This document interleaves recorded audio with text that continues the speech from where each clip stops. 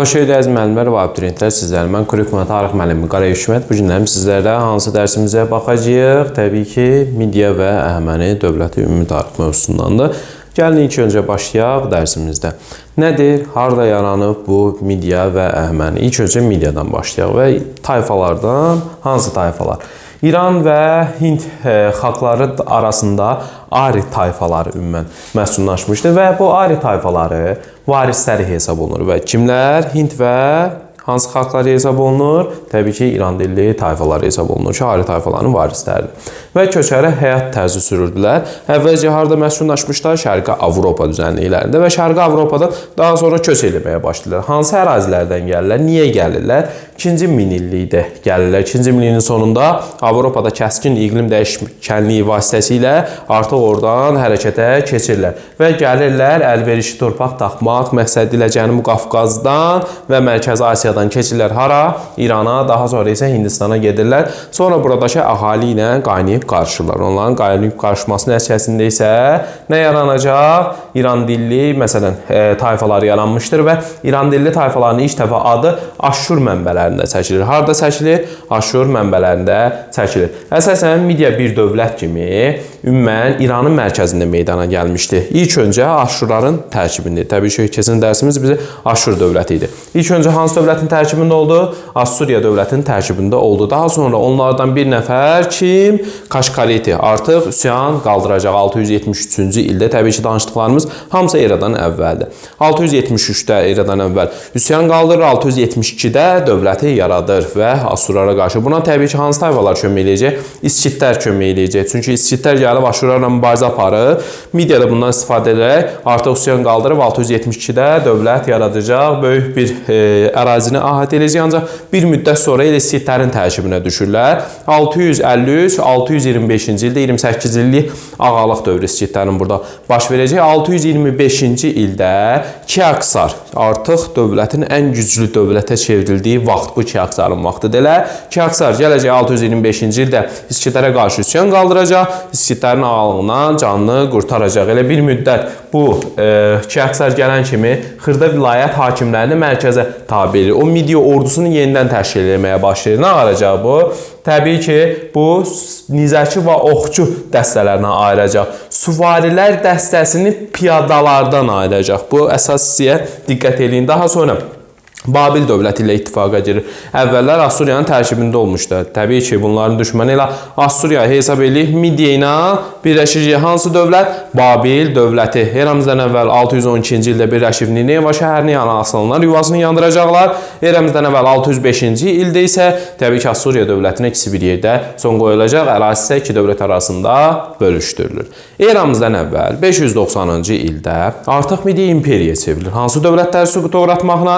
Təbii ki, İskit, Manna, Urartu dövlətlərini süquta uğratmaqla 590-cı ildə artıq imperiya çevrilir və ümumən burada, yəni Ön Asiyada ən güclü dövlətlərdən birinə çevrilir. Daha sonra Kiaksar Kiçik Asiyadakı Lidiya dövlətləri ilə başlayır müharibəyə aparmağa və dövlətin sərhədləri hətta qərbdə Qızıl İrmaq çayına belə çatırdı. Baxın, Midiya dövlətlərinin ərazisinə, dövlətin ərazisinə hardadır? Qızıl İrmaq çayına qədər çatırdı. Bax, Urartu, Manna, Midiyanın ərazisi və paytaxtı isə təbii ki, Ekbatan şəhəri olacaq. Dövlətin süqutu Kiaksar gəldi. Kiaksar öləndən sonra hakimiyyət uğrunda çəkişmələr başlayır. Asiyaq gəldi hakimiyyətə.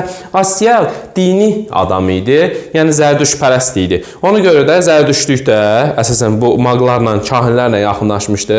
Müharibələr yol verilmirdi. Təbii ki, bu əyanlara qarşı da, əyanlar da niyə müharibə istəyirdilər? Çünki başqa yerə gedəndə bunun, belə deyim, torpaq talayacaqlar və yaxud da orada ərazidə olan evləri talayacaqlar, qızıl, qənimət əldə keçirəcəklər. Ancaq bu əyanlara qarşı olduğu üçün, təbii ki, əyanlar onun elə nəvəsini, ikinci Kiri qaldıracaqlar elə Asiyaqa qarşı.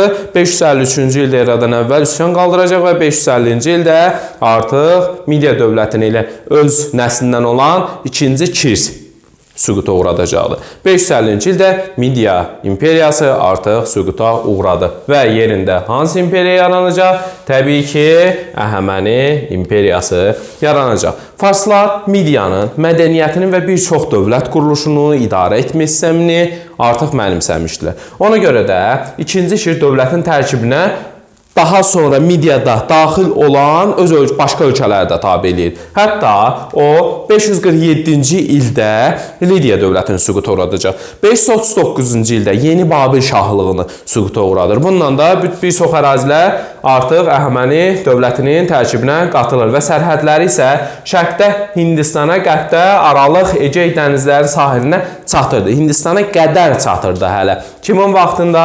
Bu elə 2-ci Kirin vaxtında. Daha sonra gəlir eramızdan əvvəl 530-cu ildə. 530-cu ildə kimlə döyüş aparacaq Massagetlərin tayfasından başçısı qadın olan elə Tomrislə mübarizə aparır. Artıq Tomrislə eramızdan əvvəl 530-cu il Araz çayı sahilində baş verən döyüşdə Tomris bunu məğlubiyyətə uğradır. Hətta belə deyim, başını kəsib səmərəmsə qədəh düzəldib, onda bilmirəm, nəsə süd içmişdimi, qımız deyirlər də onlarda. Belə bir haqq hesab baş vermişdi. Daha sonra həmin bu Əhəməni dövlətinin ərazisidir bu da. Təbii ki, paytaxtı yenə Ekbatan şəhəri olacaqdı. 2-ci Kir həlak olduqdan sonra onun kim gələcək? Oğlu 2-ci Kambiz gələcək. 2-ci Kambiz kimlə mübarizə aparacaqdı?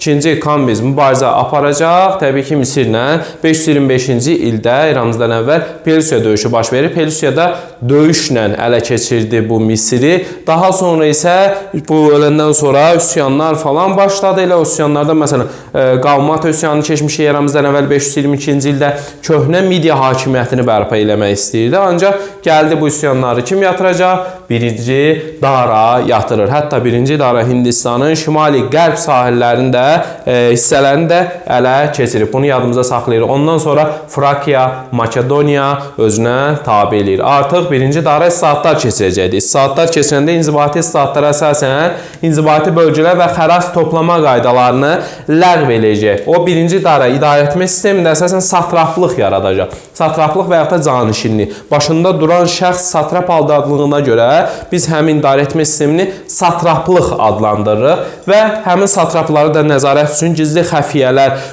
belə yerləşdirəcək. Həmin xəfiyyələri isə şahın qulaq və gözləri adlandırırıq. Bunu əsas yadımızda saxlayırıq. Yol tikintisinə də xüsusi önəm kəsb eləyirdi. Hətta belə deyim də 20 kilometrdən bir yollar üzərində məntəqələr qurdurmuşdu ki, məsələn, gedəndə tez fərmanlarını kiməsə çatdırmaq mümkün olsun. Bunu da yadımızda saxlayırıq. Vahid pul sistemi yaradacaqdır. Bunu mütləq yadımızda, həmin pul sistemində Darik adlanan elə 1-ci Daranın adı ilə sikkələr əsasən üzərində şahın təsviri də belə deyim, təsvir olunacaqdır. Daha sonra biz keçəcəyik nəyə? Dövlətin süqutuna. Dövlətin 1-ci Dara dövründə dövlətin arası xeyli genişlənmişdi. Hindistanın belə şimali qərbini gedib tutmuşdu. Ancaq Əhəməni dövləti zəifləməyə başladı. 1-ci Daradan sonra gələnlər artıq 1-ci Dara kimi qəddar və belə deyim, dövləti idarə edən çıxmadılar. Daha sonra axırıncı hökmdarı 3-cü Dara olmuşdur. Bu Əhəmənilərlə mübarizə aparıb həmin bu 3-cü Dara.